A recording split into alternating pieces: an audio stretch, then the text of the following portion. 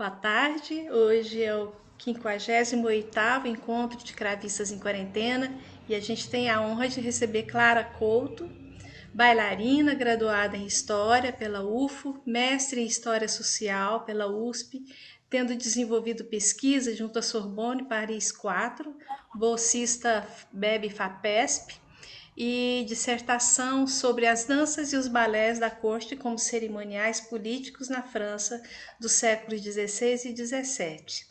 É bailarina com formação em dança clássica e contemporânea e desde 2013 dedica-se à pesquisa e performance das danças da Renascença e do Barroco, tendo estudado em Portugal, França e Suécia com renomados mestres como Beatriz Masson, Catarina Costa e Silva, Guilherme Jablonka, entre outros. É integrante do Passos do Barroco, grupo dedicado à pesquisa, performance e ensino da dança barroca e da notação coreográfica Beauchamp Fouillet, atuando em colaboração com orquestras, festivais e artistas da música antiga.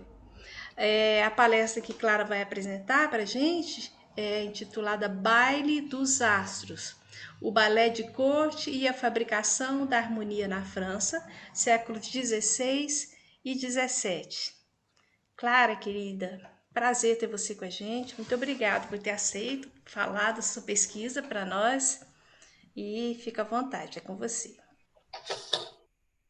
Obrigada, Beatriz. Eu que agradeço o convite e agradeço também por esse evento que é sempre tão bom. Eu já assisti várias palestras, já me beneficiei muito desse espaço, que é muito bacana de trocas, e fico super honrada com o convite em poder participar e conversar aqui com todos vocês. Então vamos lá, pessoal. Então, como a Beatriz já falou, né, o que eu trouxe hoje para conversar com vocês é comunicar um pouco, né, uma parte, um pedaço da minha pesquisa de mestrado, que foi sobre os balés de corte na França do século XVII, principalmente no final do XVI início, e primeira metade do XVII, e entendendo esses balés de corte como cerimoniais políticos, né, cerimoniais cortesãos e políticos na sua época. E é claro que para isso a gente tem que entender um pouco de como funciona esse gênero, né, o gênero de espetáculo.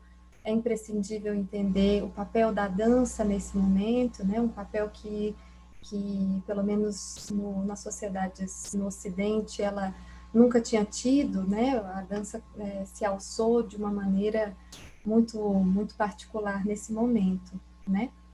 E aí, então, a primeira coisa que é interessante perceber é o quanto a dança, nesse momento, a partir do século XV, passa a ser considerada uma arte. E uma arte nesse sentido da época, né, no sentido que o termo tem da época, em que arte é um conjunto de regras, de regras, de preceitos que estipulam como se deve fazer alguma coisa, como se deve fazer bem alguma coisa. E a dança é entendida como arte nesse sentido, e por isso começam a aparecer os primeiros tratados de dança na Europa, que se dedicam a fazer discursos sobre a dança e também a ensinar passos, manuais de dança, ensinando como se dança, os tipos de dança, como isso se relaciona com a música.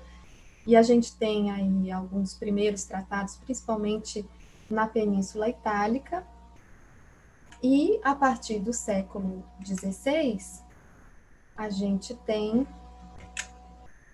Peraí, que eu estou tentando passar o slide. Aí.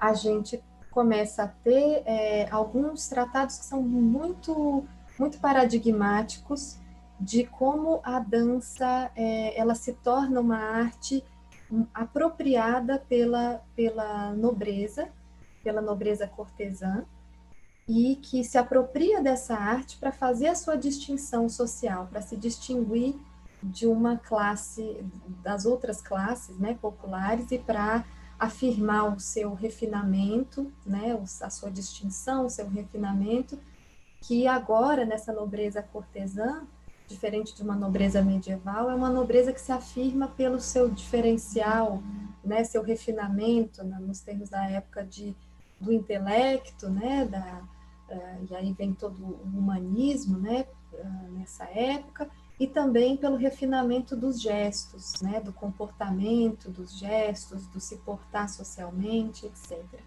E esses tratados, eu elenquei aqui três, que são três tratados bastante paradigmáticos, né, do finalzinho do século XVI para o início do século XVII, que são dois tratados do Fabrizio Caroso, Il Ballarino e Nobilità di Dame. Tem os tratados do Cesare Negri, os dois estão na Itália, né, um em Veneza e outro em Milão, são mestres de dança, e também o tratado em forma de diálogo do Toineau Arbeau, que é o Orchesographie, que é uma fonte também muito interessante para quem trabalha, para os músicos também, né? Esses tratados trazem descrição desses passos, dos passos, algumas gravuras, como essas que vocês estão vendo, que eu selecionei, indicando, né, a relação, os passos, a relação entre bailarinos e etc. E o mais importante, a orquestrografia traz também partituras e tenta colocar os passos, né, ligados à partitura musical, numa tentativa de notação de dança. Mas o que é muito importante verificar é o quanto esses tratados demonstram do papel da dança, do papel central que a dança tem nesse momento. E, além de ser um papel central na sociabilidade de corte, no baile, né, e todo cortesão deve dançar, é uma maneira de se apresentar para o rei, para a sociedade, de demonstrar suas virtudes morais também, a dança começa a fazer parte dos espetáculos de corte, dos espetáculos monárquicos.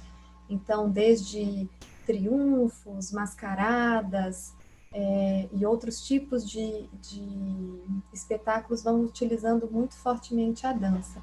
Mas nenhum se utiliza tanto, né, de uma maneira tão central e orgânica da dança quanto o ballet de cour, né, o ballet de corte, na França, que começa a partir do final do século XVI, e já no início do século XVII, depois que já vários balés já haviam sido apresentados na corte francesa, e espetáculos similares na corte italiana também, nós temos alguns tratados sobre os balés, tratados que estipulam as regras de composição desses balés enquanto espetáculos. Então, a gente tem a dança dos bailes de corte, e o balé seria, então, o espetáculo dançado, que se utiliza de várias linguagens artísticas, de música, dança, pintura, canto, poesia, mas que coloca a dança em primeiro plano. Então, esses dois tratados, que é o do Saint-Hubert, de 1641,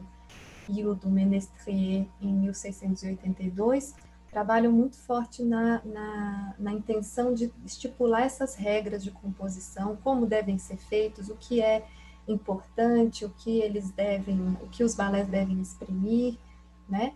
E não só os tratados, que são esses dois, mas também vários libretos de balés de corte apresentam no seu início algum prefácio, como é o caso desse Ballet de l'Harmonie, um prefácio mais explicativo, um pouco mais teórico, que também acaba falando, discursando um pouco sobre os balés. E há outros tratados de espetáculos variados que também mencionam o balé, como o Tratado dos Espetáculos de Michel Depure, o discurso do Michel de Marolles.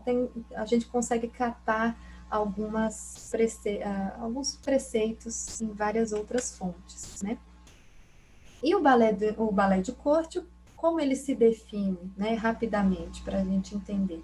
É um tipo de espetáculo que se insere num pensamento humanista dessa época e numa aspiração dos humanistas de reconstituir o suposto espetáculo total do drama antigo, do drama grego antigo, né? Então, esses humanistas que começam a reler os clássicos gregos antigos, eles começam eles têm essa valorização muito grande, né, da cultura grega clássica, e encontram ali um espetáculo que seria capaz de tudo exprimir, porque justamente seria baseado no ideal de fusão das artes, ou seja, nessa mistura de todas as artes para cercar de todas as possibilidades de como se poderia representar, né, algo, imitar algo, exprimir algo. Então, o balé nasce com essa aspiração, né, de não só juntar várias artes, mas de fundi-las todas, né? Então, dança, música, poesia, decoração, figurinos, maquinaria, pintura, heráldica, né? A arte dos brasões e tudo isso. E nesse sentido, o balé ele aparece como aquele gênero de espetáculo que deveria trazer sempre uma novidade, uma nova invenção capaz de deleitar, de encantar a plateia, e que se baseia numa ideia que aparece nos tratados e nos livretos, de que a dança conferiria a toda essa representação, né, a dança conferiria esse caráter do movimento, ou seja, colocar música, poesia, decoração, máquinas e pintura, a dança conferiria a alma disso tudo. É o que a gente chama de uma poética da imagem animada, né? E que tudo isso potencializaria os efeitos persuasivos daquela obra, né? Então, o balé ele seria muito capaz de, assim como as artes poéticas como um todo, mover, né, pelas paixões, tocar as paixões da alma e mover as vontades, levando os indivíduos de uma condição a outra, né, a realmente mover mesmo, né, movimentar os ânimos, as vontades e persuadir, né. E lembrando que o balé de corte coloca realmente a corte em cena, né? Aos poucos, a partir do final, de meados do século XVII, a corte vai parando de dançar, os cortesãos vão parando aos poucos de dançar e os bailarinos profissionais começam a tomar mais dianteira. Mas até 1660, né, ainda se tem muita a participação de nobres, homens e mulheres, damas e cavalheiros, nobres de alto rangue, né, de alto status, e do próprio rei, né? Luís XIV é o mais conhecido, mas Luís XIII já dançava bastante, e a gente vai ver também que mesmo que o rei não dance em cena, ele acaba estando sempre presente nos balés de corte, né? Como eu falei dessa aspiração humanista, que orienta a composição dos balés de corte, também é nesse caldo, né, de humanismo e de um neoplatonismo, né, de uma filosofia que busca suas origens em Platão e nos platônicos, em Pitágoras, mas também numa tradição hermética, né, uma tradição de uma filosofia produzida nos primeiros séculos depois de Cristo no Egito, por Hermes Trismegisto, pela própria patrística, né, filosofia cristã, mas também a cabala. Então, esse neoplatonismo do século XV e XVI, né, principalmente XV, ele começa a juntar todas essas fontes filosóficas de inspiração platônica, de várias tradições, e começa a colocar isso bastante em evidência. Isso fica muito claro quando, no século XV, é fundada a Academia Florentina, a Academia Platônica Florentina, com grandes filósofos como Marcílio Fitino, Pico della Mirandola, Landino, que são grandes neoplatônicos. E isso também tem uma influência muito grande na Academia Francesa de Música e Poesia, já do século XVI, que é a Academia de Baif, que reúne os poetas da chamada Pleiade, né, dos grandes poetas, né? Então, esses ideais neoplatônicos, eles se baseiam em muito assunto, né? Mas falando de uma maneira um pouco mais resumida, se baseiam muito na ideia de que o universo ele é regido por leis universais, em que existe uma unidade, né? Existe né, o todo e as partes, e que tudo isso tá sempre interligado. Toda parte se refere ao todo, e toda parte contém um pouco do todo, né? E contém essa inteligência ideal, né, que a gente vê muito nesse pensamento platônico, essa inteligência ideal, ordenadora de tudo. E nesse sentido, o próprio cosmos, né, o próprio universo, ele se organiza de uma forma em proporções muito perfeitas, proporções, isso Pitágoras já falava, né, os astros têm proporções de distância entre si, das órbitas em torno do Sol ou da Terra, dependendo da concepção astronômica, né, que se tinha. Mas essa ideia de uma harmonia das esferas, né, de que todos os planetas, as esferas, eles estão numa constituição harmônica, num movimento harmônico, em proporções harmônicas, chamadas, né, por Pitágoras e outros neopitagóricos, dessas proporções musicais. Vocês devem conhecer bastante isso com relação à música também. E a música e a dança entram como as artes que seriam mais alegóricas dessa harmonia das esferas, dessa harmonia dos astros celestes e do cosmo como um todo. E dentro desse pensamento neoplatônico, fica muito clara, muito forte a ideia de que existe um macrocosmo, né, que são esses corpos celestes, né, e essa lógica de funcionamento, e existe o microcosmo, que é o corpo humano, né, e que o microcosmo, ele repete as mesmas regras, né, as mesmas regras de proporção, as mesmas regras de harmonia, e aqui a gente vê nessa figura da esquerda, né, é uma figura do Robert Fludd, que ele faz um esquema, né, de círculos concêntricos, né, em que no meio se tem o microcosmo do corpo humano e dos temperamentos humanos, né, das questões mais naturais, né, da natureza, os elementos da natureza, a própria natureza em suas formas de fauna, flora, etc., e o ser humano, e isso vai se expandindo, né? E o macrocosmo é o universo inteiro, dos planetas, dos astros, né? Sendo que o macrocosmo contém o microcosmo, e tudo isso se desenvolve numa mesma regra, né? A gente tem aquela regra chamada regra de ouro, né? Das proporções que se repetem tanto no macro quanto no micro, do Fibonacci, né?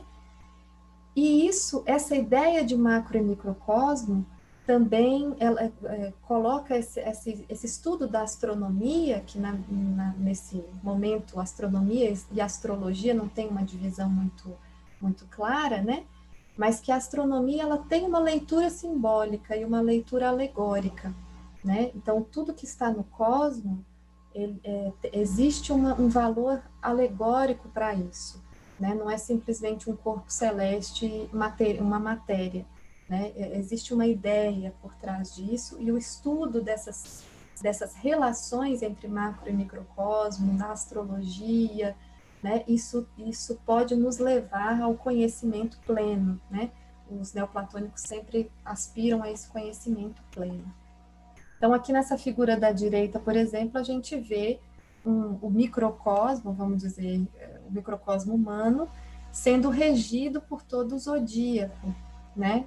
E o zodíaco tem toda uma relação com os planetas, né? Com o movimento dos astros, etc.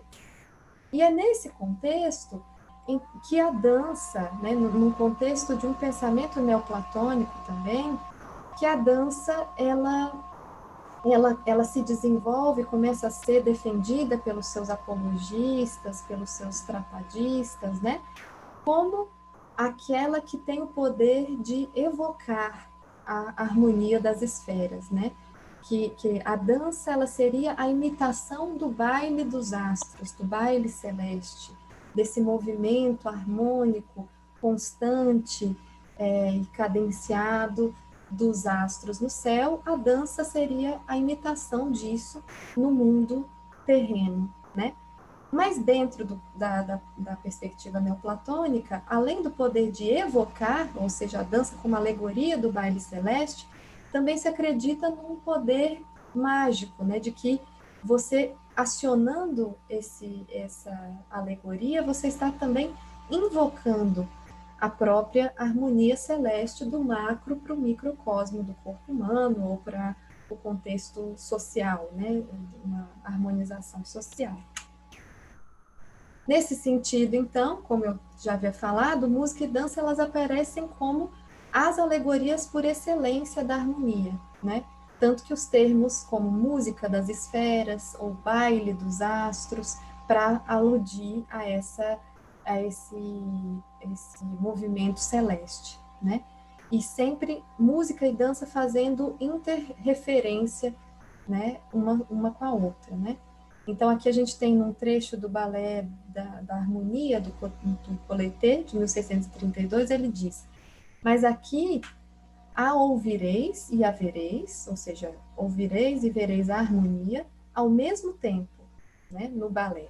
Pelo que podereis perceber que não é incompatível fazer ver uma música, nem tampouco ouvir um movimento. Portanto, compreende-se que a dança não é outra coisa que uma música para os olhos, assim como as vozes harmônicas o são para os ouvidos. E as duas juntas, uma harmonia para uma e para a outra. Então, aqui coloquei duas imagens, né, de desenhos de balés de corte da década de 30, do século 17, uma que é um recitativo que a personagem é a dança e a outra que o recitativo é empreendido pela personagem que é a música. Então a gente entra todos esses tratadistas, esse pensamento sobre a dança que aparece naqueles tratados que eu mostrei agora há pouco, né, mais atrás. Toda a dança ela vai sendo caracterizada como a imitação dessa harmonia celeste. E aí a gente vê um trecho de Luciano de Samosata, né, que é um antigo, que é bastante lido por esses humanistas modernos. Ele diz: o baile dos astros, a conjunção dos planetas às estrelas fixas e a comunicação bem proporcionada que há entre eles, e enfim, essa harmonia tão bem arranjada e ordenada, é o verdadeiro sinal e argumento dessa primeira dança. Ele está falando de como que a dança teria surgido e justificando que teria surgido da imitação, da observação do baile dos astros, né? No mesmo tratado, no mesmo autor, o Colleté, né, autor de balés, num prefácio de um libreto, ele diz: a maior parte dos povos do mundo acreditou que a dança teria se originado no início do mundo, baseada no padrão de movimento dos céus e dos astros, cujo curso, ordem e conjunção são, com efeito, nada mais que danças mesuradas e perfeitamente harmônicas. Então, aqui eles estão falando, né, de padrão de movimento, ou seja, aludindo a essa constância, um movimento constante e regrado, ao curso, essa ideia de um curso, de uma órbita, né, de um curso circular, de um planeta em volta de outro, ou do Sol, né?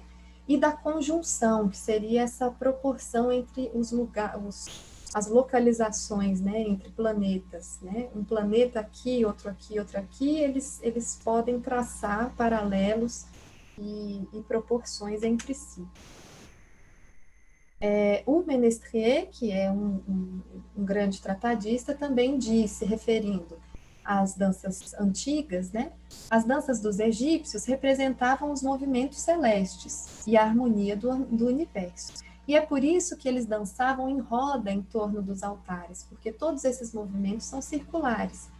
E considerando esses altares como o Sol, localizado no meio dos céus, eles giravam em torno para representar o zodíaco ou o círculo dos signos, sobre o qual o Sol desenvolve seu curso diário anual. Ou seja, essa ideia dos movimentos circulares em torno do Sol, que, por exemplo, fundamentaram, por exemplo, tipos de danças que também eram presentes no contexto popular, né? As danças de camponeses, mas que foi trazida para o contexto cortesão com essa carapaça humanista de que, por exemplo, as brangues, que eram danças em roda aberta ou roda fechada, elas tinham essa ideia de fazer os círculos, de imitar os planetas em círculo, né? O próprio Mersenne, que fez o seu Tratado da Harmonia Universal em 1636, ele chega a comparar Deus, né? Ele fala de Deus como autor do universo, como o grande mestre do balé que dançam todas as criaturas, né? O grande mestre de balé do universo, seria isso. Então, como eu falei, né, as branles, essa característica das branles em roda, né, de fazer um curso que as branles elas sempre avançam mais para um lado e recuam menos para o outro, né? Sempre vão fazendo essa evolução, né, de maneira que o círculo vai aos poucos se progredindo, né? Isso alude muito a essa movimentação celeste, né? E essa não é à toa que nesse momento começa-se a representar muito, né, o baile dos astros, o universo celeste, através de Apolo e as musas, né? Às vezes Apolo dançando com as musas em roda, como é o caso dessa pintura do Peruzzi, né? Mas também a gente sabe que as musas são alegorias dos próprios planetas, né? As 9 musas dos 9 planetas, assim como Apolo também é uma alegoria do Sol, né? Então aqui a gente vê, por exemplo, nessa gravura do Kircher, a gente vê, por exemplo, os ciclos, né, dos planetas, e cada planeta tem a sua musa, né, Urânia, Polínia, Euterpe, Erato, por aí vai. Em cima, presidido por Apolo, né, e tem essa serpente, né, que tem a ver com a eternidade, que perpassa todos esses planetas, né, sempre com esses símbolos que remetem aos planetas e a sua visão alegórica como musas, né. E então, quando tem um tratado muito interessante, que é do Tucaro, sobre 3 diálogos do exercício de saltar, né? Que ele faz uma interessante descrição, né? Uma interessante defesa de o quanto a dança é uma imitação do baile celeste. Ele diz: os gregos afirmam que os movimentos de dança foram inspirados na imitação do movimento e volta dos céus, e suas progressões diversas, retas e oblíquas, retrogradações variadas, conjunções e aspectos dos planetas. Todas essas coisas podemos considerar perfeitamente imitadas e representadas no baile, de modo que a diversidade de movimentos feitos pelos dançarinos em lados opostos não passa de uma imitação geral do movimento variado dos céus. E o retorno que se faz para trás no baile e na dança objetivam imitar honestamente a retrogradação dos planetas. E essas belas e diversas retiradas, retas e oblíquas, que se exercem com tanta graça, são as mesmas conjunções e oposições triangulares, quadrangulares ou mesmo sextangulares que intervêm quase todos os dias entre os planetas e suas esferas celestes. Ou seja, o Tucaro ele vai dizendo nos pormenores como os movimentos de dança aludem a movimentos astronômicos, né? E quando ele fala dessas conjunções, né, seria, como eu já tinha falado rapidamente, como as linhas possíveis de serem traçadas entre os planetas, né, e de maneira que eles desenvolveriam uma figura geométrica, né? 3 planetas podem gerar um triângulo, 4 um quadrado, 6, né, um hexágono e por aí vai. E essa ideia de figuras geométricas das conjunções dos astros, ela é muito forte, por exemplo, na dança, que é chamada, né, de uma dança geométrica, né, que começa a ser pensada e composta na Renascença, que é a ideia de tentar fazer com os corpos dos bailarinos e a relação entre esses bailarinos figuras espaciais, né? Figuras espaciais que poderiam ser um círculo, né? Aqui, como aqui está, né? nessas 2 gravuras do balé de Renault, né? De 1617. Aqui também a gente tem um V, né? Outras figuras geométricas que poderiam aparecer. E não só, isso são figuras de balés, né? Mas isso apareceria nas próprias danças de baile também. Aqui a gente tem a figura do contrapasso, que aparece no tratado do Caroso, em que ele explica como seria feita essa dança. O C representa o cavalheiro e D as damas, né? E como que o movimento de uns e de outros, né, se relacionaria e faria essa figura, né, o movimento fazendo figuras no espaço. E aqui, no caso dessa imagem, também ele coloca muito, bem interessante, coloca a música, né, figuras musicais, sobre os versos do Ovídio. Então, aqui a gente tem a dança aliada à música, aliada à poesia, naquele ideal humanista de juntar música e poesia para potencializar mais a mensagem poética, e a dança também aliada a tudo isso. E aqui a gente vê uma perspectiva de entender essas figuras, é uma perspectiva aérea, né? Como você olhar de cima para baixo, olhar no solo, como que os corpos e os movimentos vão traçando figuras no solo. Isso não é por acaso, né? Também se tem muito essa perspectiva de balcões, né, superiores, mezaninos, dos quais se vê a dança para baixo, né? Ou mesmo em torno, né, da sala de baile, né? A gente não está falando ainda da preponderância do teatro à italiana, que divide muito palco e plateia, né? Os espetáculos de corte, balés de corte, se davam muito nas salas de palácios, né? Dos palácios ou ao ar livre. Então, essa ideia de fazer figuras, como aqui está representado nessa imagem do libreto, e aqui numa tapeçaria, né? Que aqui a gente vê um círculo de casais sendo feitos. Então, essas figuras de dança, né, na perspectiva da época, aludiriam, evocariam verdades eternas, verdades matemáticas até, astronômicas, e que sobre elas se poderia ter um discernimento moral, um discernimento alegórico. Eu não sei se está aparecendo, quando sobe essa barrinha para mim, vocês também estão vendo? Também. É quando entra alguém, aí eu tô tentando ser rápida aqui, mas às vezes... Ah, mas tudo bem, né? Depois ela tudo bem. some? Então Some. tá bom.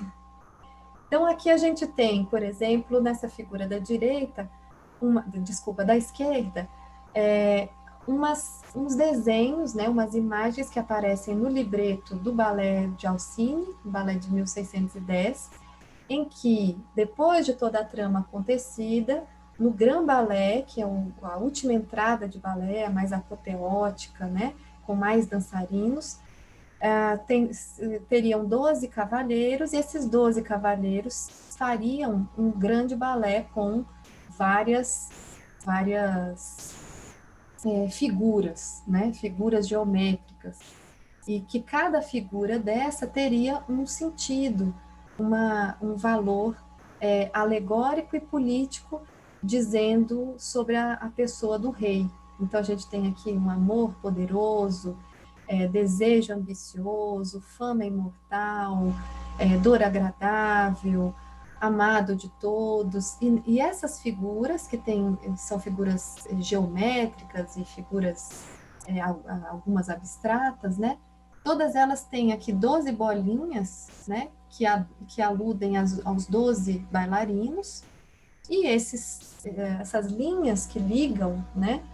Pode ser, a gente não sabe muito ao certo, né? Mas pode ser que indique qual seria o movimento que se faria, né? Entre o movimento coreográfico. A gente não tem nessa época uma notação de dança ainda. Então, tudo isso é bastante baseado em informações esparsas nas fontes, né? Que permitem que a gente faça chegue a algumas conclusões, né? Esse aqui que é um esquema de um caderno, né, de um mestre de dança que foi criando suas figuras coreográficas para fazer as letras do alfabeto, por exemplo, né? E isso é muito usado. Isso foi usado no próprio balé de Alcine, para escrever o nome da feiticeira Alcine, né? E tem uma ideia muito interessante de que existe uma alternância, né, entre o movimento e a pausa que permite que você leia aquela figura, e o movimento, que é uma transição que vai te levar a um encantamento de, depois daquele caos da transição, vem uma outra figura, uma outra imagem, e tudo isso muito preceituado desses valores simbólicos e alegóricos, né? Isso está muito presente, por exemplo, nos tratados de balé, como é o caso aqui do Tratado do Ménétrier, que ele coloca algumas figuras, né, geométricas para a composição de balés, e também balés equestres. No caso, um balé equestre que foi de Florença também tem essa ideia dessa visão aérea e dessas figuras que se fazem no solo, no caso aqui com cavaleiros e seus cavalos, né? Essa ideia, né, das danças geométricas e dessa alusão à harmonia celeste, evocação e tentativa de invocação dessa harmonia, ela está muito presente nos balés como um todo, e não só aqueles que têm um tema mais ligado a temas astronômicos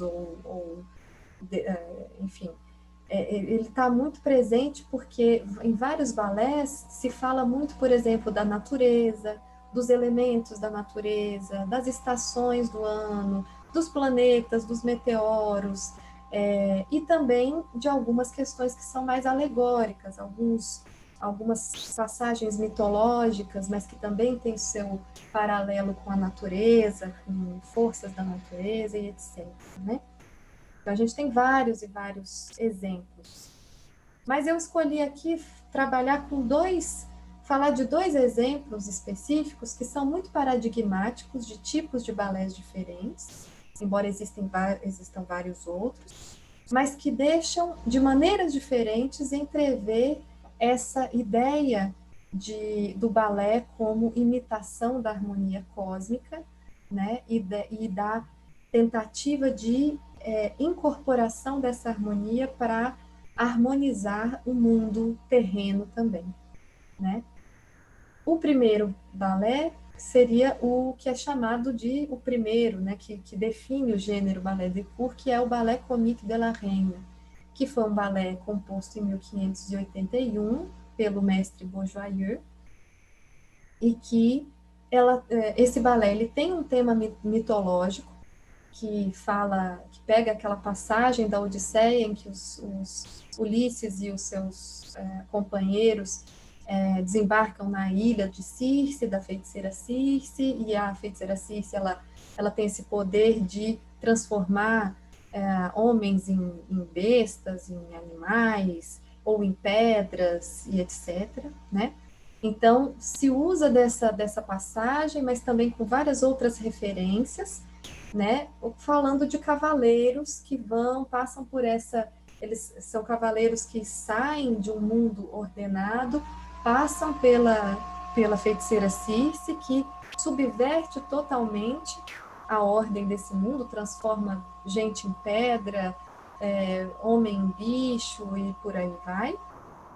E depois, o fecho desse balé é que, pela ação do rei, que está ali, e aqui na figura da sala fica bem claro o lugar que ele ocupa, né, um lugar frontal, que o rei e a família real ocupam no palácio, né? Toda a corte se coloca, né, de todos os lados, em cima, nos balcões superiores e tudo mais, tudo muito hierarquicamente disposto. E por meio do rei, pela mediação do rei, essa desordem, essa subversão da ordem, ela chega a um fim e se restabelece uma ordem primeira, né, em que a natureza está toda em seu lugar e a ordem das coisas volta a ser respeitada, né? Portanto, esse balé, ele tem um tema mitológico, tem uma ação dramática, mas tem também muitas alegorias morais e políticas que se referem ao contexto dali imediato da corte francesa, né? Vamos lembrar somente que no final do século XVI, a França está passando por guerras de religião horríveis, sangrentas entre católicos e protestantes, e que isso gera uma instabilidade e um caos muito grande, muito preocupante. Então, os espetáculos monárquicos de corte, as artes, vão sempre aludir a uma harmonia, não para retratar uma França completamente harmônica, pelo contrário, mas para reafirmar a necessidade dessa harmonia, né? Então, não é à toa que no final, né, no Grand Ballet, do Ballet Comique, é um Grand Ballet com 40 figuras geométricas, não tem figuras, mas é descrito como 40 figuras geométricas, uma presença muito grande de ninfas, não só nesse balé como em outros, e a gente sabe que as ninfas têm um valor que são associadas aos ciclos da natureza, das estações e também ao baile dos astros. Isso é bastante interessante, né, que elas estejam tão presentes nos balés de corte.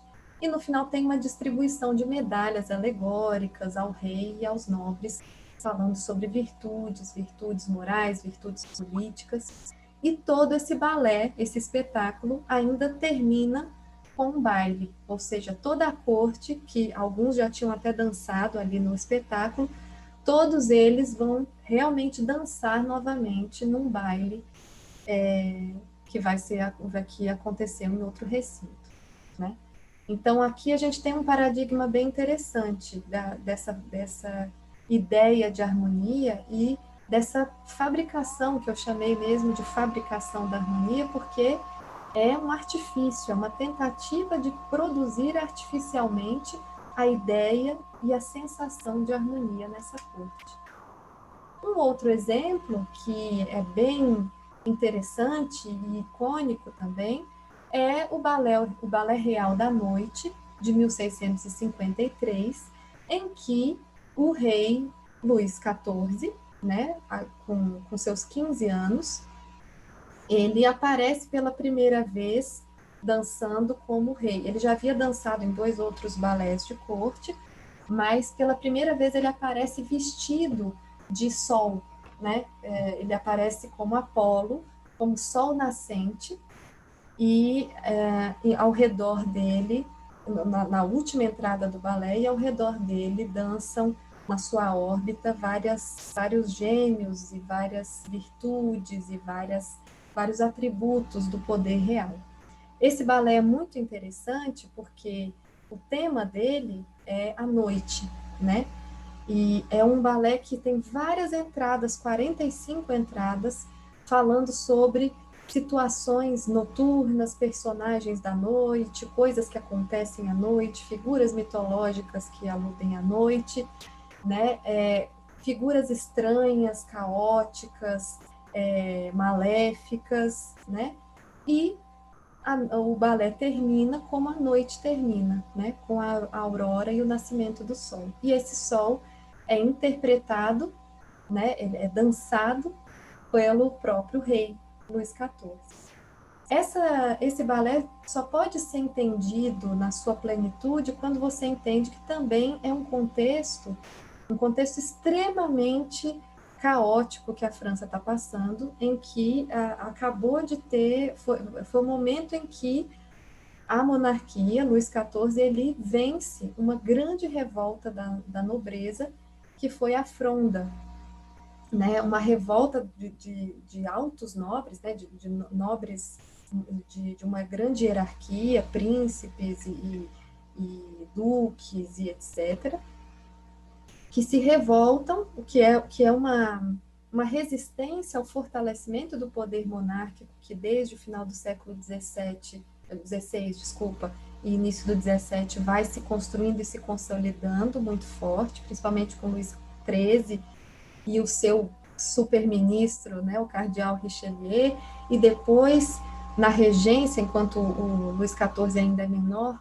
de idade, né, a regência do cardeal Mazarino, essa mão de ferro, esse poder absoluto que começa a se colocar muito fortemente, né, se estabelecer.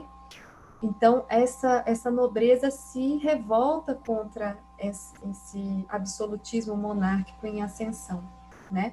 Mas, ao mesmo tempo, a monarquia, o absolutismo consegue controlar depois de 5 anos de revoltas, né? De altos e baixos, idas e vindas, e muita dissensão, muito caos, muita luta.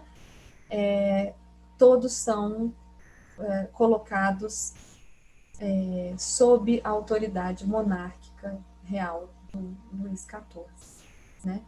Então, nesse sentido, esse balé que ele tem 4 partes, e cada parte alude a 3 horas da noite, né? As 3 primeiras horas da noite, né, das 6 às 9, vai falar, por exemplo, do que acontece à noite, né? O que acontece no campo, na cidade, os personagens à noite, né? Então tem a noite, as horas, tem figuras mitológicas como Nereides, tem caçadores, tem pastores, tem galantes, tem acendedores de lampião, né? Tem isso tudo. A segunda parte, que seria das 9 até a meia-noite, fala sobre os divertimentos que tem à noite, né? Então fala sobre jogos, risos, tem um balé dentro do balé, uma pequena ópera dentro do balé, né? Tem uma comédia l'Amphitryon, e tem um balé das bodas de Tétis também. Então, é a dança, é o espetáculo dentro do espetáculo, né? A terceira parte fala de uma noite mais profunda, que seria essa noite da meia-noite às 3 horas da manhã, que é uma parte em que tem personagens maléficos, tem o sabá, feiticeiras, demônios e etc., né? Lobos, etc. E depois, a quarta parte, que vai rumando para o amanhecer, você tem uma parte que é dos sonhos, né? A representação dos sonhos, dos 4 temperamentos, né, humanos, e dos 4 humores, e tudo vai começando a entrar no seu eixo, porque o sol está nascendo, né? Esse balé foi descrito por exemplo, nos periódicos da época, na Gazeta de França, por exemplo, como um balé muito magnificente, muito belo, que tinha muita pompa, né? E que Luís XIV teria aparecido com uma grande majestade. Lembrando que nesse balé, Luís XIV dançou 6 papéis diferentes, né? Ele foi desde uma fúria, eu coloquei aqui uma fúria de um figurino de fúria de um outro balé, né? Mas só para a gente ter uma ideia. Ele foi fúria, ele foi uma hora, ele foi um jogo, ele foi um curioso, e ele termina como o sol nascente, que nessa alegoria, o sol dissipa todas as trevas da noite, assim como Luís XIV dissiparia todas as revoltas, o caos e os sonhos, né, delirantes de uma nobreza que quer tomar um poder que não deveria. E o Grand Ballet é a última entrada é muito interessante, que depois de um recitativo da Aurora, que faz menção expressa a Luís XIV, né? Também vai falando sobre, vai trazendo essas virtudes que vêm orbitar em volta do rei Luís XIV, né? A graça, o amor, a fama, a magnificência, a eloquência, a cortesia, a glória, a paz, a justiça, todas essas que eu coloquei aqui em volta do desenho do figurino, né? E tem um dos poemas do recitativo da Aurora que é muito interessante, que diz: à medida que este grande astro avança, as fracas claridades da noite que triunfam em sua ausência não ousam continuar presentes. Todas essas instáveis chamas desaparecem. O sol que me segue é o jovem Luís. Ou seja, estou fazendo uma clara referência a essas fracas claridades da noite que na ausência do rei conspiraram contra ele, né? Mas que agora é irresistível, né? A luz do sol, o brilho do sol é irresistível. E daí eu separei aqui, vários devem já conhecer, um trecho do filme Le Roi Danse, de 2000, do diretor Gérard Corbiot, em que é um filme que fala sobre a vida do Luís XIV e também do Lully. E aqui eles fazem uma reconstituição, né, da cena que seria a última entrada do balé da noite. É uma reconstituição que usa de fontes históricas, mas a gente não sabe como teria sido essa coreografia, porque isso não está registrado. Então eu vou colocar, se não estiverem ouvindo o som, me avisem, por favor.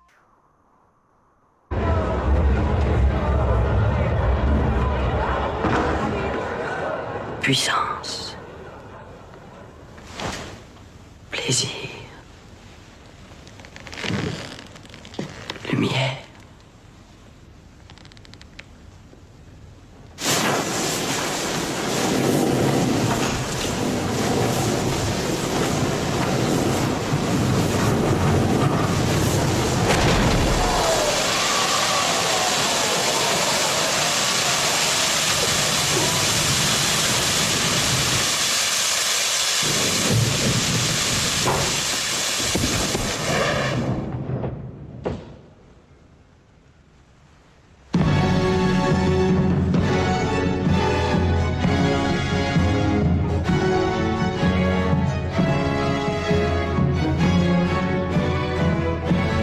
Monte la lueur de l'astre, encore à l'aube de son feu.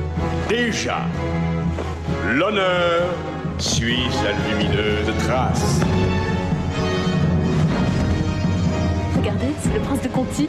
Il est donc entré en grâce? Le roi l'a repris en laisse, oui. Vous voyez comme il file d'eau.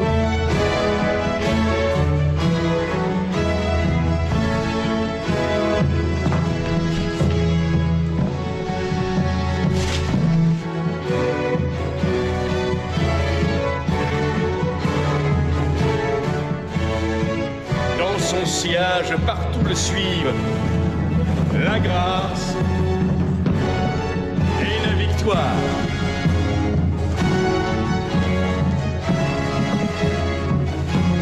Par Dieu, mais c'est toute la jeune fronde qu'il fait danser.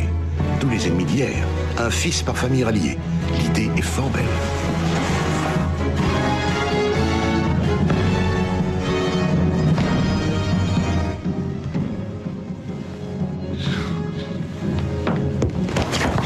Alors, vos trous du talent, peste de Florentin. Prenez garde que tout ne s'effondre brutalement. Le roi et les mœurs italiennes. Dommage. La faveur, la renommée et la paix viennent se joindre au cœur universel pour célébrer celui qui, de ses rayons divins, fait régner sur la terre la vie et la lumière.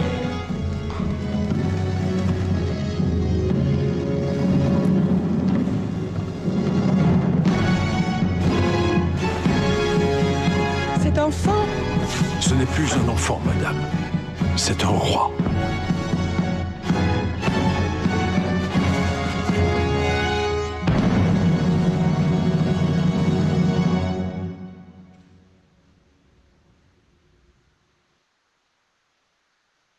Ah, é muito bonita essa cena, né? É muito potente essa cena, né? Enfim, dá para a gente perceber, né, tanto o aspecto político, né, quanto o aspecto técnico mesmo ali do espetáculo, da maquinaria, né, e também dessa engenhosidade da representação que com a dança, né, e isso na perspectiva da época, com a dança ela adquire maior potencial eloquente, maior potencial persuasivo de aludir e de realmente tentar invocar essa harmonia. E essa harmonia, então, para concluir, ela se mostra como um discurso onipresente nessa época, né? Uma harmonia que é definida nos dicionários da época, né, como com a sua nomenclatura, a sua linguagem musical, né, mas que também está muito presente no vocabulário político, né, e que coloca sempre a harmonia como sempre com essa origem nos céus, na harmonia macrocósmica, e que teria capacidade de colocar em acordo partes discordantes, apaziguar partes revoltantes, né? E dessa harmonia que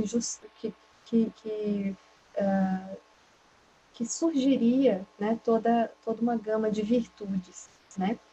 E não à toa que os emblemas, né, por exemplo, da iconologia do Cesare Ripa, são uma senhora harmonia, é uma rainha, né, coroada, tocando um instrumento, frequentemente, né, uma viola da gamba, um instrumento de corda também, para aludir a esses acordes musicais e essa harmonia musical, né?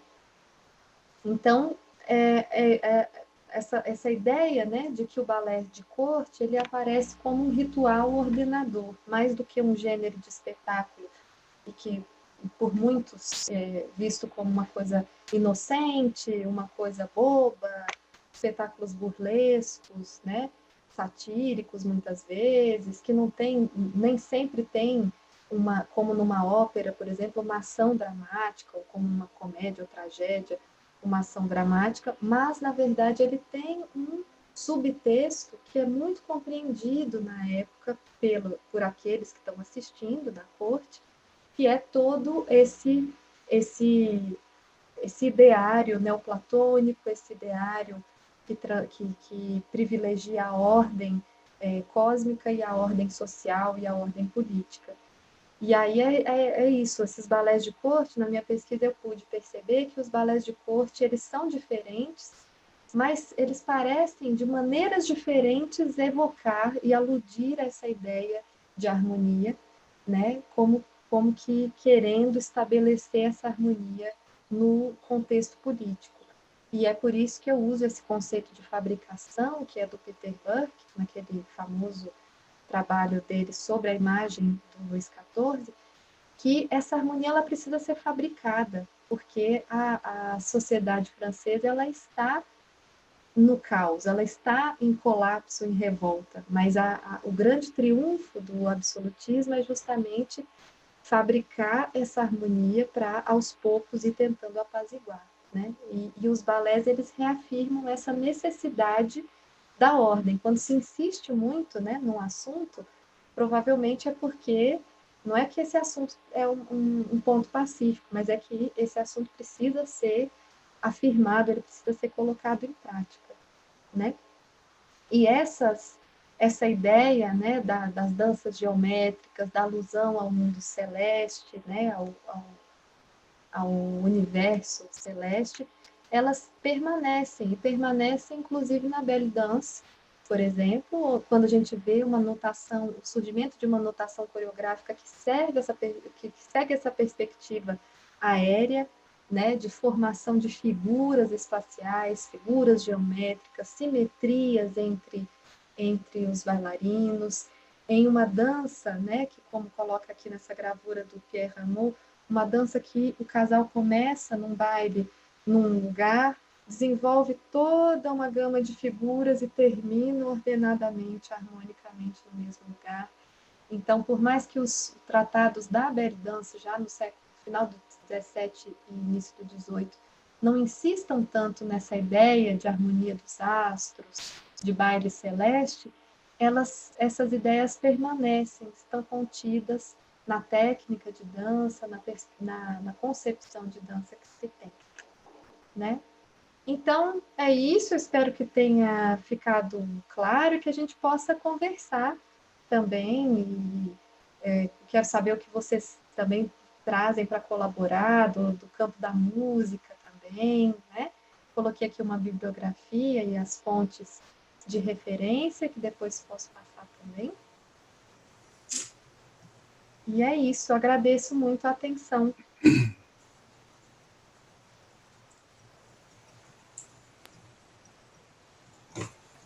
Ops, parabéns, Clara, excelente. Muito bom. Eu gostei muito de ouvir você falar da fabricação do estilo relacionado à dança, porque eu sempre falo isso relacionado à música, né? Da necessidade de mostrar que aquilo lá tinha que funcionar e tinha que ser imitado e tudo. E eu achei muito legal quando você prova e mostra que isso com relação à dança acontece da mesma maneira, né? Eu tenho uma pergunta para te fazer. Você disse que lá para 1660 houve uma mudança de comportamento dos bailarinos que passam a profissionais, né? E você enquadra o Luís XIV em qual lugar disso? Ele era um bailarino profissional? Então, é uma boa pergunta, Beatriz. É um momento em que tem uma mudança do gênero, né? O gênero ballet de cour vai transmutando um pouco para um gênero da comédie ballet, né? Já do Molière, né? E do próprio Lully, etc. Vai tendo uma diferença, uma mutação, mas é muito importante também que é em 1661 que Luís XIV cria a Academia Real da Dança, né? Que é uma academia que tem um objetivo explícito de formar bailarinos e mestres de dança e de centralizar essa técnica da dança, né, da belly dance, essa técnica centralizada numa escola e um certo controle, né, com certeza um controle sobre essa dança. Então, é essa academia que começa a formar os mestres de dança e os bailarinos que vão ser os bailarinos dessa corte, desses espetáculos de corte.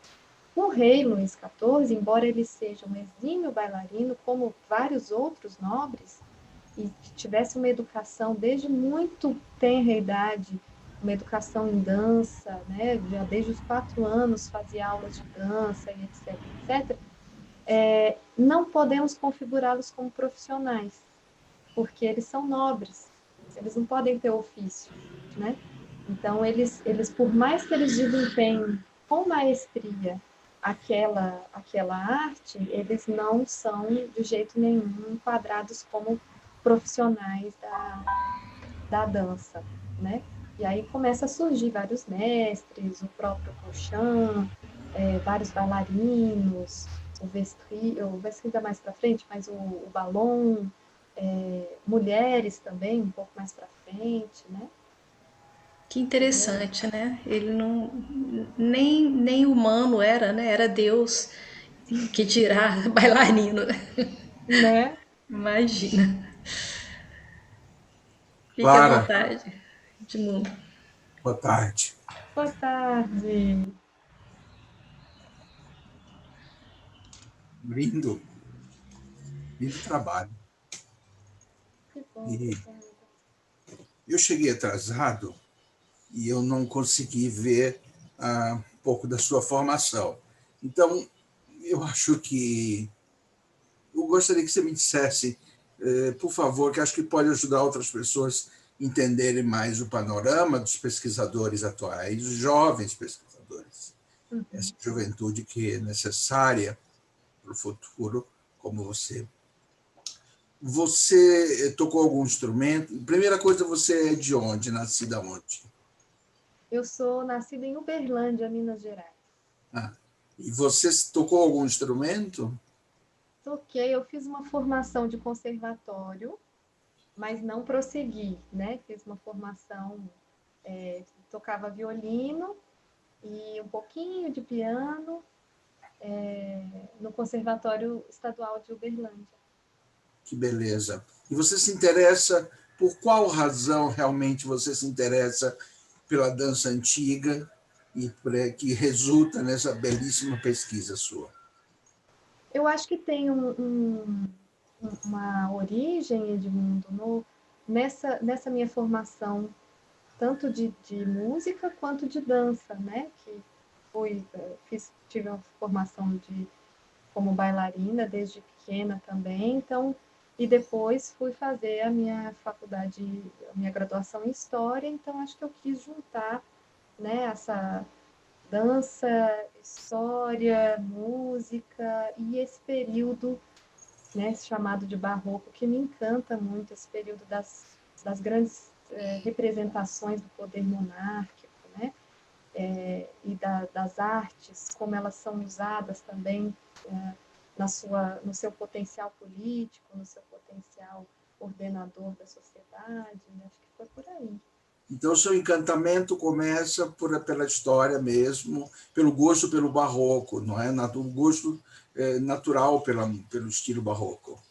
Eu acho que pela dança e pela dança, música e história meio juntas, que as coisas foram meio caminhando juntas, sabe, Edmundo? Eu explico por que todas essas perguntas. Eu sou de uma geração no Brasil, brasileira, que a formação na área de música antiga era muito esparsa. Nós não tínhamos, nos anos 70, muito pouca coisa, aqui muito menos sobre dança, você pode imaginar. Eu, portanto, sou de uma outra geração e fico muito satisfeito por ver vocês todos fazendo isso por essa razão. Outra coisa, como eu vi o primeiro trabalho, acho que é o primeiro trabalho em dança antiga da Mariana Monteiro, lá atrás, sei lá quantos anos, talvez 30 ou mais que 30, 40 quase, talvez. Que isso é muito raro quando aparece, e eu sou também do momento em que acompanhei muitos bailarinos franceses que vieram ao Brasil dar os cursos. Você provavelmente não era nem nascida ainda, eu acredito, e acaba com Christine Beyer, que forma muita gente, traz muita gente para cá, e tantos outros, mas eu ainda sou do tempo da Ana Iepes, que é filha do Narciso Iepes, na Espanha, ou seja, onde tudo começava na Europa, essa pesquisa sobre a dança antiga, a dança barroca antiga, porque nós tínhamos já no Brasil, nessa época, final dos anos 70, a figura do professor Helder Parente, pessoa que trabalhou no Rio de Janeiro com as danças da Renascença e trabalhou muito a orquesografia, o arbo, quer dizer, tudo isso estava muito presente no Brasil nos anos 70, nos grandes festivais de música, no setor de música antiga. Mas a área da dança barroca, essa que nos encanta tanto, e ainda e você traz essa grande revelação, essa contribuição para nós todos, né? Principalmente os cravistas, e com isso a gente vê o progresso como se desenvolveu no nosso país, que embora haja algumas tentativas de núcleos específicos de estudos da música desses períodos, eles ainda não vingaram e até é questionável. Mas eu me pergunto, uma figura do talento como o seu, Clara, que você está associada a alguma academia já? Profissionalmente você faz o quê? Me perdoe fazer essa pergunta. Eu sou professora de História e sou bailarina e pesquisadora do grupo Passos do Barroco, que somos nós 4, Raquel, Osni, Maíra e eu. De onde eu a conheço, né? Eu já vi você dançar. Ai, que Então, bom! já vi várias vezes em vídeos. Mas eu queria, Edmundo, fazer um parênteses nessa sua fala que eu acho muito importante, interessante, que é, eu não conheci, por exemplo, a dança antiga, a dança barroca, pelo meio da dança.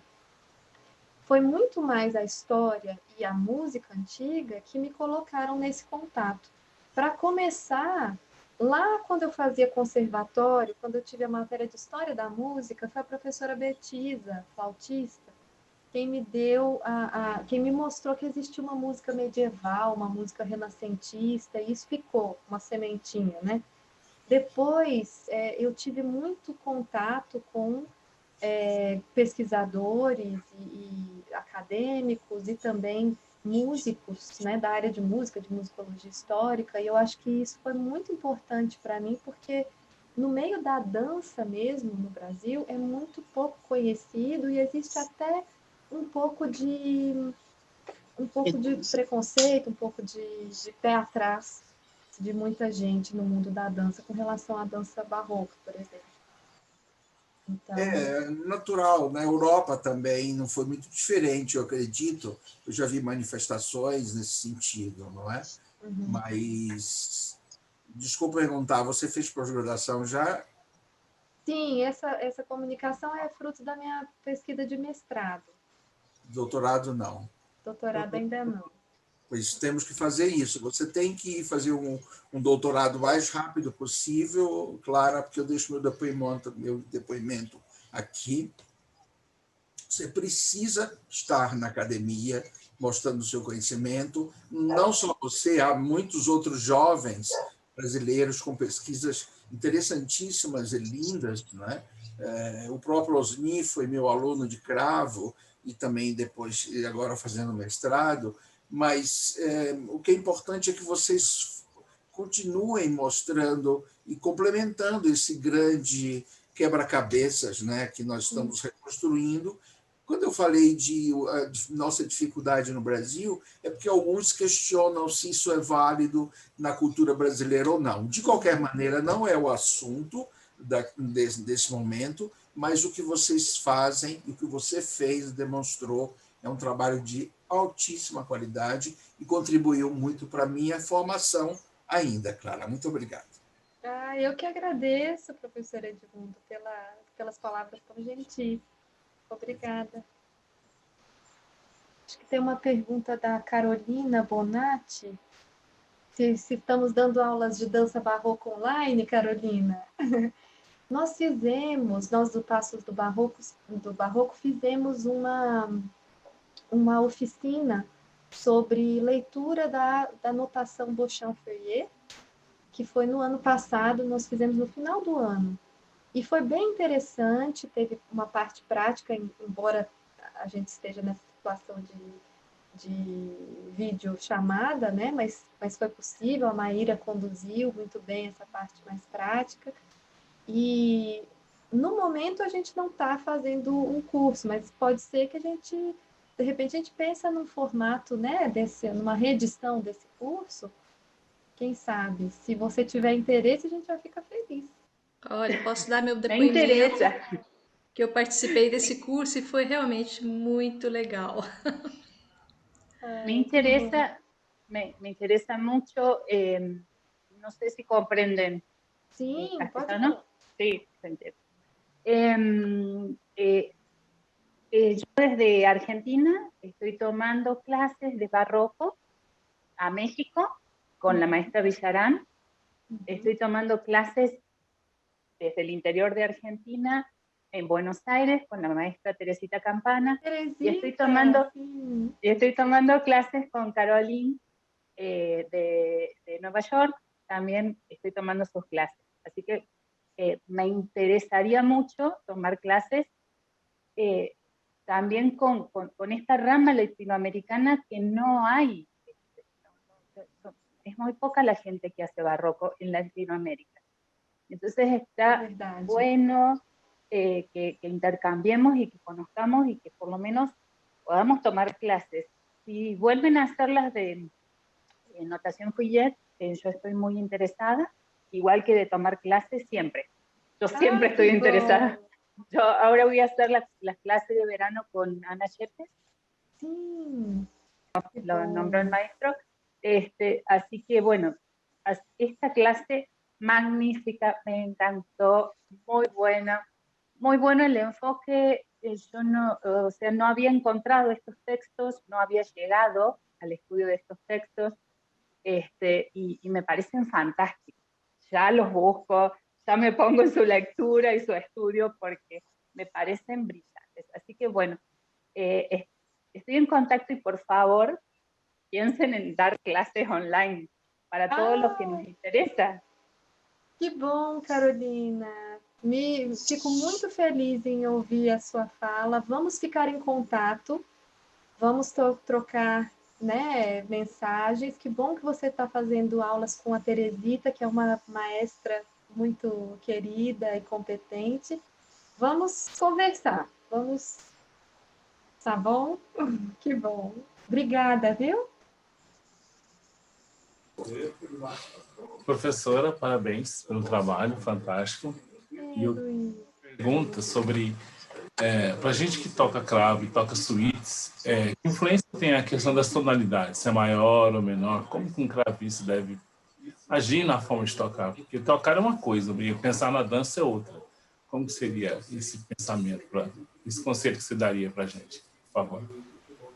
Olha, Luiz, com relação às tonalidades e questões mais técnicas da música, isso me escapa, que não é a minha especialidade, eu não poderia falar. Acho que do nosso grupo, do Passos do Barroco, o Wozniak é cravista também, eu acho que ele poderia falar com mais propriedade sobre essas questões, né? De repente, se ele estiver por aí ainda, de repente ele pode até falar. Mas uma coisa muito interessante é que formas de música, elas têm formas de música que são danças, elas têm suas características musicais, que são muito particulares e interessantes, mas muitas delas vêm também de características dos passos de dança ou do contexto que se dança, né? Com relação à tonalidade especificamente, eu não saberia te dizer, mas várias danças, por exemplo, que são danças mais saltadas, imprimem um tipo de andamento, que a gente não pode cravar certamente qual é o andamento certinho, mas a gente pode intuir que é um andamento um pouco mais andado, um pouco mais rápido. Isso também acontece com relação aos caráteres, né, das danças, que tem a ver com as músicas, que tem a ver com os aspectos simbólicos e alegóricos das próprias danças, né, de a quem é atribuído cada tipo de dança no espectro social e também no espectro mitológico. Então, isso tem uma gama muito variada de possibilidades, depende do gênero.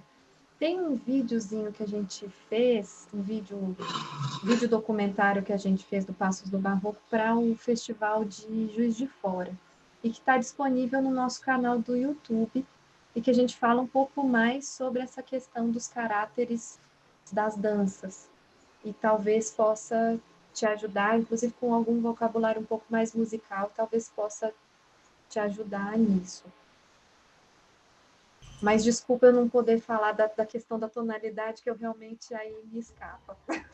Não, foi só uma curiosidade mesmo, porque a gente sabe que nelas tem as gigas, sarabanda, isso tem a questão dos andamentos que mudam, né? Se é binário, se é ternário, isso tudo vai fazer diferença. Mas, obrigado. Isso. A Maíra Parabéns. colocou aí no chat um link do Barroco. Isso, Maíra. Legal. Clara, você Oi. falou sobre Renault em 1617 e apareceu a indicação de grafia musical na partitura da dança. Seria uma das primeiras partitura musical em tratado de dança? Desde quando isso aconteceu? Olha, Sabe? na verdade, eu acho que aquela que eu mostrei, que era da figura de dança, que parecia uma flor, essa? Acho que é. Essa é do tratado do Cesare Negri, que é de início do século XVII, 1600, se não me engano, ou 1602. Isso aparece em partituras musicais, mas no Toi Noir Beau também aparece, no Orchezographie já aparece, inclusive com uma tentativa de colocar os passos em cada nota, em cada compasso, mas isso também já aparece, por exemplo, num tratado do finalzinho do século XV, que é o primeiro tratado impresso de dança, pelo menos o primeiro que nos chegou até hoje, né, que é o do Michel de Toulouse, que se chama Arte e Instrução de Bem Dançar. Ele já coloca uma notação musical no tratado impresso, que até está aqui a imagem. Acho que eu vou até colocar aqui de novo, por favor. Fica mais claro. Olha. E é esse aqui, ó. Tá vendo que já tem uma... Se não me engano, essa linguagem musical aqui é mais do cantochão, não é não? É notação quadrada, não, ela pode ser instrumental também. 1400 e... Você pode aumentar? 1496. Colocar a apresentação de slide para a gente enxergar melhor? Opa! Ai, meu Deus, foi lá pro fim. Não tem importância.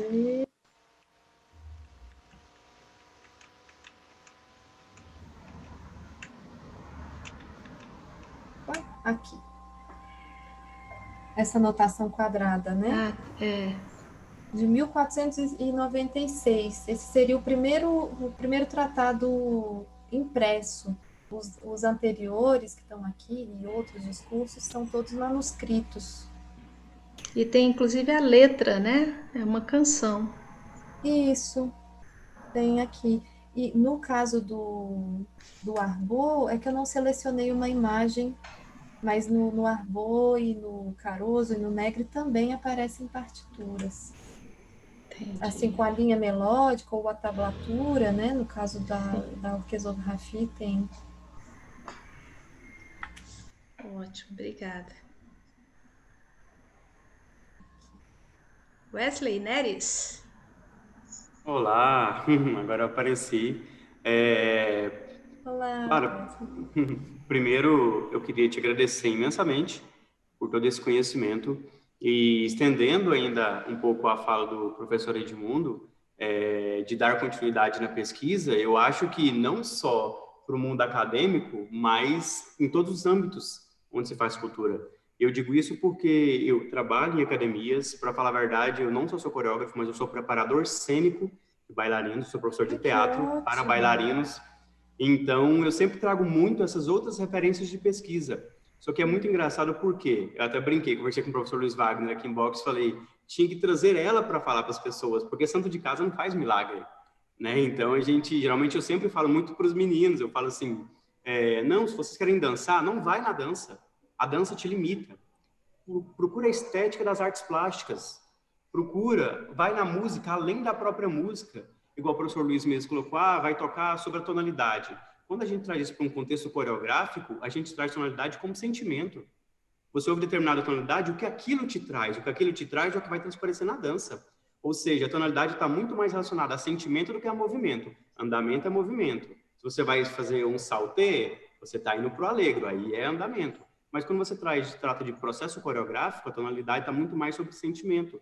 Tá vendo? Quando a gente Mas traz que isso para... forma, né? Justamente Exatamente. os movimentos, né, Wesley? Sim, é muito característico, né? É que a gente sempre brinca, quando você está correndo, você não vai sair para correr no parque ouvindo uma valsa, porque isso automaticamente vai mudar a sua corrida ali, né? Exato. E trazendo isso para o dia a dia. Então, eu acho que essa sua pesquisa é muito importante aqui também, sabe? Porque para abrir realmente, expandir os horizontes das bailarinas, para entender que o mundo da dança vai muito além da sala de aula, dos passos base, mas a pesquisa, sabe? Fundamentar a dança na pesquisa. Tem uma ensaiadora daqui, não sei se você conhece, Olga Doganova, que é russa, mas está aqui no Brasil já tem alguns anos, e ela hoje é professora no Basileu, que é o teatro escola aqui de Goiânia, e a gente realmente troca muito ideia quando ela vai trabalhar o balé de repertório com as meninas, que eu falo, não vai só na dança, vai também no livro. Eu vou trabalhar a Esmeralda, né, o balé de repertório de Esmeralda. Eu falo automaticamente, não vai só em Esmeralda. Não assiste o Corcunda de Notre Dame da Disney. Vai em Notre Dame de Paris, de Victor Hugo. E aí, automaticamente, você começa a encontrar, a professora Carolina ainda falou, é isso mesmo. Aí você começa a entender outras pesquisas, você chega na Revolução Francesa para entender o ideal. Aí você entende por que Esmeralda dança. Ela não dança, ela luta. Entendeu? Então, tá vendo? Quando você traz esse tanto de informação para a gente, você vê como isso vai complementando, vai enriquecendo o nosso portfólio, o nosso repertório. E então, retomando a fala inicial, eu acho que esse conhecimento seu tinha que chegar aqui também. Entendeu? Nos bailarinos, nas companhias, nas escolas, porque sem dúvidas enriquecer muito e estimular as meninas que estão começando agora na dança na pesquisa. Então, só te agradecer imensamente, porque até a aula que eu vou dar daqui a pouco, sem dúvidas, vai vir cheio de influências suas, então, muito obrigado. Que bom! Puxa, muito obrigada, Wesley. Fico muito feliz com a sua fala. E olha, a gente do Passos do Barroco está tentando fazer essa comunicação, a gente tem o nosso canal no YouTube e as nossas redes sociais para a gente contribuir para a divulgação desse conhecimento que muitas vezes ele é tido apressadamente como uma coisa muito elitista. Mas a gente não está fazendo essa dança para... Nós não somos monarquistas, né? Pelo amor de Deus, gente. A gente está fazendo isso porque isso, de alguma maneira, fala com a nossa tradição, que veio por um braço europeu. Nós temos outras matrizes, né, de tradição, que são igualmente importantes, mas essa também ajuda a explicar, inclusive, questões de poder e questões coloniais, que nós somos frutos disso também, né? E acho muito interessante o que você falou, Wesley, porque a gente buscar essas referências em outras artes é um ideal muito do balé de corte, inclusive, né? De fundir as várias artes, de fundir essas todas as linguagens. Mas também é um ideal de outros espetáculos, de outras matrizes, né?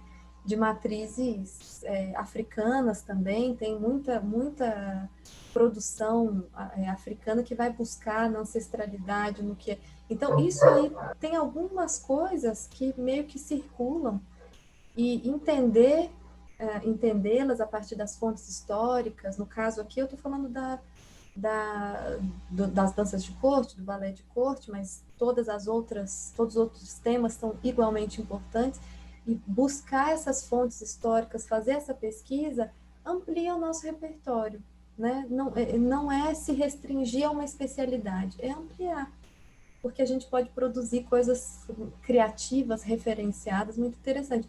Um exemplo disso, só para finalizar, recentemente, em 2019, foi feito um trabalho de reconstituição musical. Vocês devem conhecer, vocês que são músicos devem conhecer, reconstituição musical da música do Ballet Royal de la Nuit. Foi feita pelo Ensemble Correspondance, do Sébastien Dossé, e eles fizeram uma proposta cênica também, que não tem nada de dança histórica, que é muito mais contemporânea, muito mais circense, que é extremamente interessante também, né? Tem todo um rigor historicamente informado para a reconstituição musical, admitindo que existem áreas que a gente imprime a nossa criatividade, né, aquilo que não está escrito, e esse espetáculo, Ballet Royal de la Nuit, está no YouTube disponível e é muito interessante. Depois eu posso até passar o link aqui, se vocês quiserem. Acho que você vai gostar, Wesley. Já quero e agradeço muito.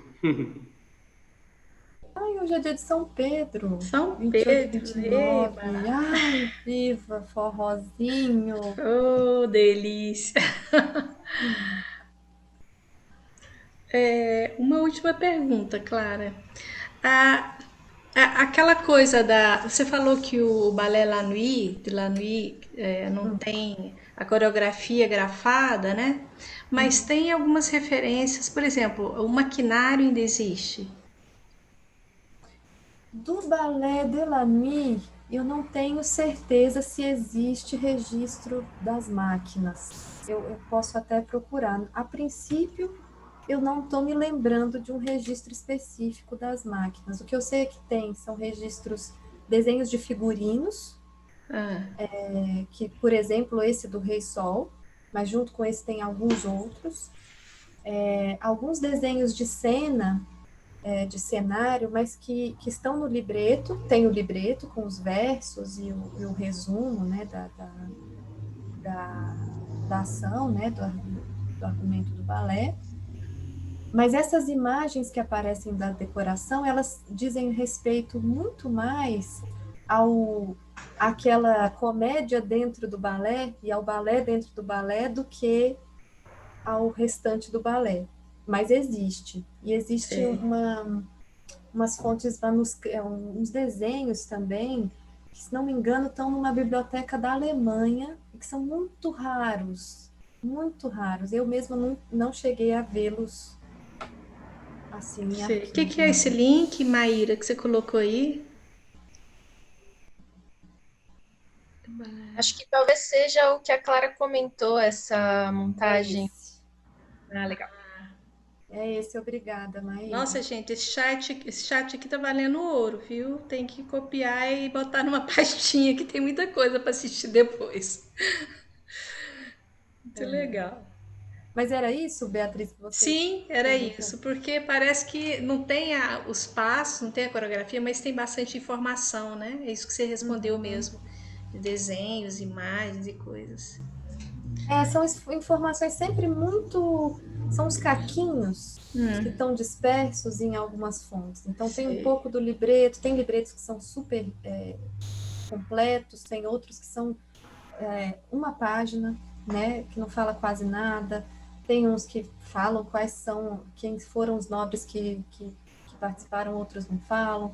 Tem outros que você pega uma notícia no jornal, com uma música, uma partitura musical, uma linha melódica só, com uma imagem, e tenta montar. Aí acham uns malucos igual a gente, que adora juntar coisa antiga de pedacinho, né? Formar qualquer coisa e faz disso uma festa, né? Oba! Exatamente isso. Pesquisa. Se diverte.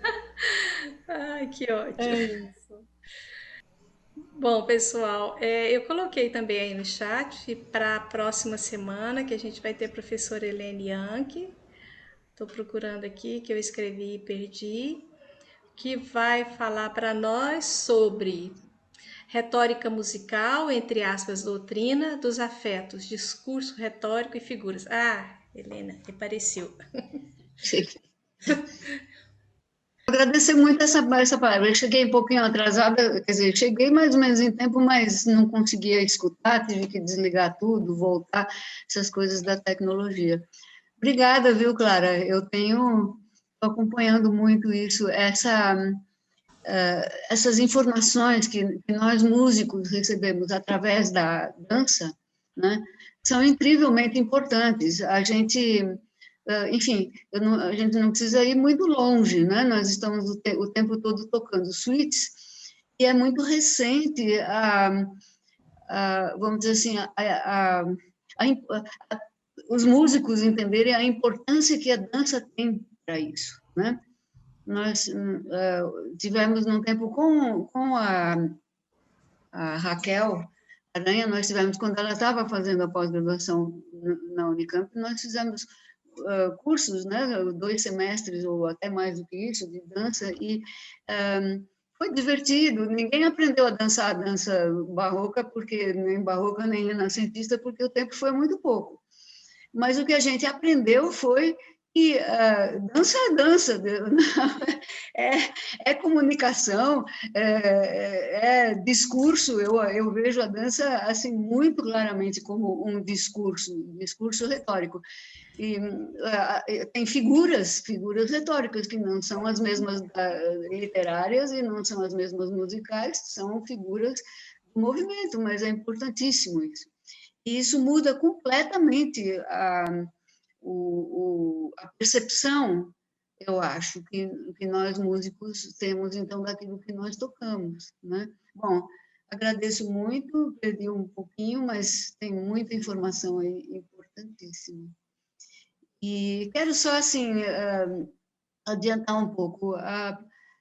Na semana que vem, eu quero, mais do que trazer informações, eu quero conversar um pouco com as pessoas a respeito, assim, de conceitos que estão por aí. Eu não vou trazer nada de novo, mas nasceu justamente lembra, Beatriz, daquela reunião em que a gente não houve palestra, né? Houve uma conversa. E aí foi colocado que, bom, queríamos saber exatamente o que é a doutrina dos afetos, queríamos saber mais exatamente. Então, é um pouco uma revisão daquilo que já se aprendeu, todo mundo está cansado de ter visto e ouvido e falado, é só um pouco mais aprofundado a respeito desses termos, a respeito de doutrina dos afetos, etc. E alguns questionamentos que eu gostaria de colocar, vamos dizer assim, no sentido de algumas provocações, porque eu acho que essa nova geração que vem vindo com muita vontade, com muita energia e com muita vontade também de não só levar adiante a pesquisa, enfim, vocês vêm com uma facilidade enorme que nós mais antigos não tivemos, que é essa coisa, você entra na internet e consegue quer dizer, milhares de informações que nós precisávamos viajar, procurar, pagar um dinheirão para chegar nas bibliotecas, etc. Então, é uma outra dinâmica. Vocês são muito beneficiados por isso. Mas, por outro lado, também existe uma pressa em ir adiante, em trazer mais informações, e, às vezes, é importante a gente parar um pouco e ir mais profundo naquilo que a gente procura, naquilo que a gente descobre, e a gente precisa questionar algumas coisas. Então, é mais um papo de botequim que eu queria trazer na segunda-feira que vem, tá? Mas, no momento, é mais agradecer a sua presença. Você é charmosíssima, inteligente e além do mais, muito competente. Parabéns, viu? Obrigada, professora Helena. É uma honra para mim. E eu estarei assistindo a sua palestra sobre a doutrina dos afetos, com certeza. Me interessa muito. Que ótimo. Para quem está aqui pela primeira vez, Carolina, Jair, Luiz, Wesley, Neres, eu coloquei o link aí onde estão todas as outras 57 palestras que a gente já teve. Tem, inclusive, sobre dança, né? Tivemos Cassarina Costa Silva, Raquel Aranha, e o link para essas palestras é sempre o mesmo, sempre às segundas-feiras. Eu geralmente divulgo nos canais aí, Facebook e essas coisas, mas é sempre esse link, vocês podem aparecer, estão convidados sempre. Clarinha, minha querida, muito obrigada, você arrasou, foi muito bom você por aqui, e a sua pesquisa está realmente maravilhosa. Parabéns! Foi um prazer para nós. Agradeço. A gente aprendeu muita coisa com você. Foi lindo. Eu que agradeço o convite, a generosidade de vocês e quero estar perto de vocês, hein, gente? Sim, claro. A gente está perto nas nossas artes, nos nossos fazeres, né? Vamos ficar perto fisicamente também aqui nas conversas. Maíra também, tá? Muito obrigado, por favor, Clara. fica aí. Obrigada. Beijo, gente. Até segunda. Beijo, muito obrigado, foi ótimo.